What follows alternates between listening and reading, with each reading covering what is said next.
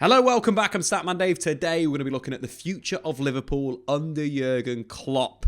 Of course, if you're new around here, smash that subscribe button. Check out SofaScore, the link in the description below. But anyway, let's dive in. But yeah, the breaking news from yesterday, of course, was big. Jürgen Klopp signing a new contract with Liverpool Football Club. The contract is set to extend his stay at the Merseyside club until 2026. Klopp has already won pretty much everything there is to be offered. The FA Cup, I think, is still one that he's not won yet. Champions League, Premier League for the first time in years and years and years. And Liverpool have got their man till 2026. So we're going to have a little bit of a look at the future of Liverpool and where they go in the short term, in the long term, in the medium term.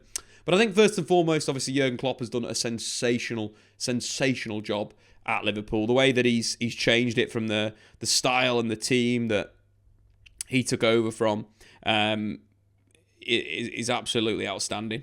And I think when you go back and we look at some of the 11s from when he just took over, from when he just started, it's quite frightening of how fast he's done it and how fast he's stepped on and kicked on and grown this team into something that he can call his own. So I think the first thing we've got to look at is kind of where they were. Mignolet, Dejan Lovren, Sakho, Moreno, Nathaniel Klein, Emre Can, Coutinho, Lallana, Sturridge. The only players that are still in and around the first team, Jordan Henderson and James Milner from that first 11 that Jürgen Klopp picked. And I think that growth from that team to the all-conquering Liverpool team right now is pretty incredible, and it's gone through a number of different, evolutionary points. But you'd probably say, right now is probably the best front three. You could still throw someone like Diaz into the lineup as well. But I think where you could take that first team to this team now, the differences in the importance of the fullbacks in the final third, the power and ability on the ball of Virgil van Dijk and Joel Matip, the interchange of the front three. Mohamed Salah by himself has been an absolute phenom for Liverpool. And he's really grown, starting with that kind of 4-2-3-1 that we saw in the opening game, similar to his shape at Borussia Dortmund. Very, very narrow, high press, gegenpress, really looking to get on the ball. Especially, Borussia Dortmund, you had a focus on having, workman-like wingers, a goal-scoring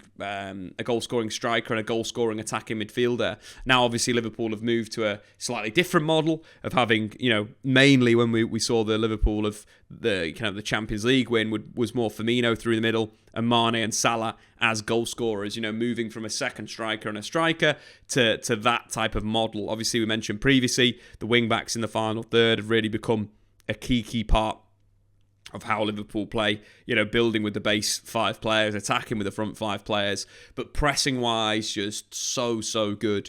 In the 18-19 season, Liverpool picked up 98 points, the most of Premier League side, the most of any Premier League side that haven't won the trophy. They went on to pick 99 points up the season after winning their first league title under Jürgen Klopp. I think the side, the football is absolutely fantastic. But I think the big thing that I've been massively impressed with is kind of how the side is starting to evolve with certain things.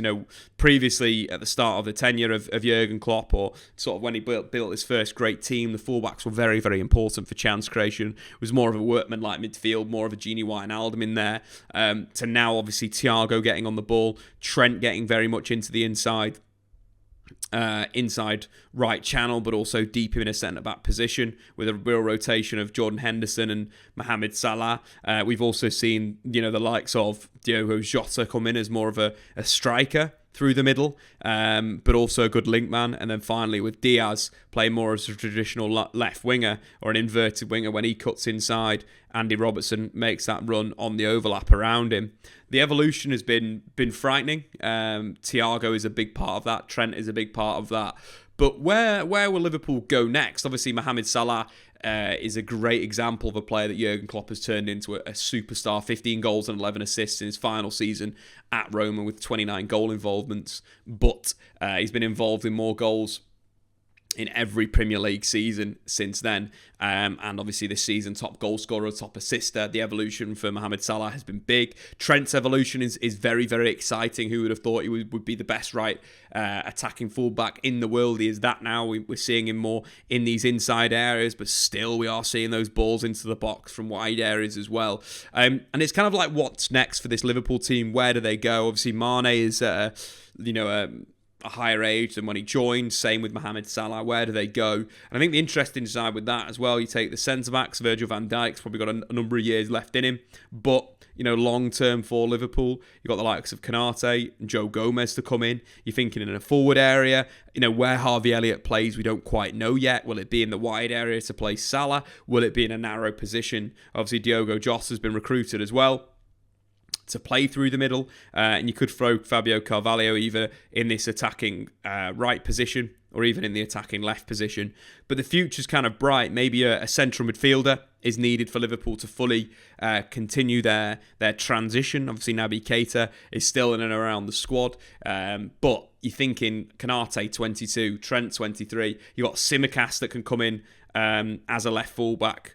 For Andy Robertson, who's 25. Curtis Jones is someone we've not even mentioned at 21. Diaz, 25. Jota, 25. Harvey Elliott, 19. Fabio Carvalho, 19 as well. Plus, you've got academy players like Oakley Cannonier as well, who I've seen in the UEFA Youth League absolutely score goals for fun. In the under-18s Premier League this season, he scored 21 goals in 19 games, averaging a goal every 70 minutes. Jürgen Klopp until 2026 is frightening, considering the talent that they've recruited. And you're thinking, bringing someone like a Bellingham into this squad, or, someone like a Declan Rice would turn this Liverpool team even better. But I think right now they are in the perfect position. Their recruitment's fantastic. The coaching's brilliant. The pressing style's, up there as well. Maybe Carvalho as a kind of attacking midfielder could see a bit of an evolution of Liverpool's forward line. Trent very much playing more as an inverted fullback in there. There's so much that Jurgen Klopp will do and can do to turn this team even better. And just to go back to where they were, we've seen a few great teams already from this Jurgen Klopp Liverpool team. This is where they started. And maybe if we take the last game in the Champions League semi-final against Villarreal to where they are right now, what a job he's done. And I think completely right to extend that contract and to extend his spell at Liverpool Football Club. It's just frightening for the rest of the Premier League sides.